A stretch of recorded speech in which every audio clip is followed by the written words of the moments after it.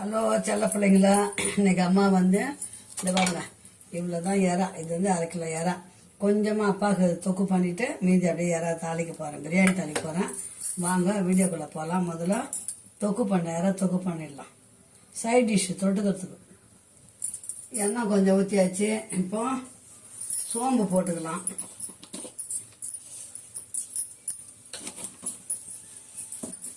சிம்பிளாக செய்ய போகிறேன், வாங்க பார்க்கலாம்.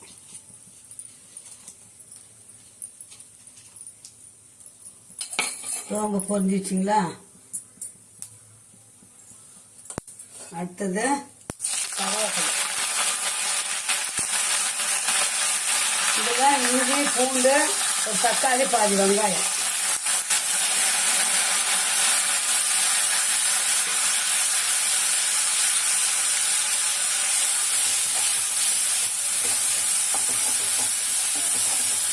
இறா வந்து அப்படியே மசாலா மாதிரி பண்ண போகிறேன், தொட்டு சாப்பிடுறது.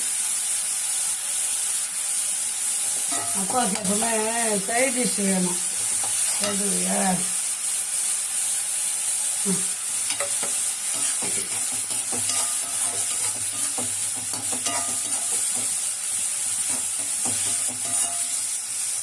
இது நல்லா வதங்கிட்டாங்க. சூப்பராக இருந்தா செய்யுங்க. தக்காளி வெங்காயம் போட்டோம்னா கச நிறைய ஆயிடும்.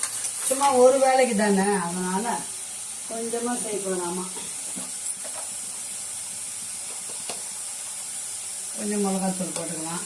பெப்பர் பொடி போடுவேன், அதனால கொஞ்சமாக மிளகா பொடி போட்டுக்கலாமா. தண்ணி ஊற்ற வேண்டாம், கொஞ்சம் நல்லா வதங்கட்டும். வதங்கின உடனே நம்ம ஜாரை கழுவி கொஞ்சமாக தண்ணி ஊற்றிக்கலாம். மஞ்சள் பொடி,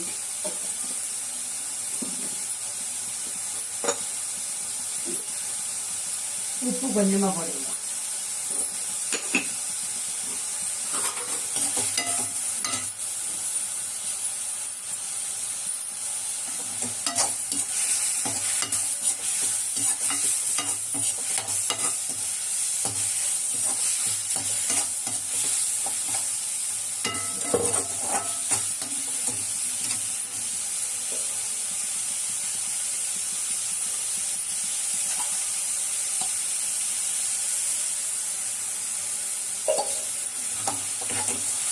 அந்த ஜார் கழுவின தண்ணி கொஞ்சமாக ஊற்றிருக்கிறேன். இது நல்லா அப்படியே கிரேவி சுண்டி வரட்டும். 5 நிமிஷம் அப்படியே மூடிடலாம். அந்த பாருங்க மூடிட்டேன். நல்லா சுண்டி வந்ததும் ஏறா வந்து கொத்தமல்லி நான் அரைச்சிட்டேன் போட்டு, அதில் டேஸ்ட்டாக இருக்கும்ன்ட்டு. பாருங்க சொல்லுங்களா, இந்த மாதிரி செஞ்சு பாருங்க. தோசைக்கு, இட்லிக்கு, பிரியாணிக்கு சைட் டிஷ் தான் அம்மா செஞ்சுக்கிறேன் இன்னைக்கு அப்பாவுக்கு. செம்ம டேஸ்ட்டாக இருக்குது. சரிங்களா?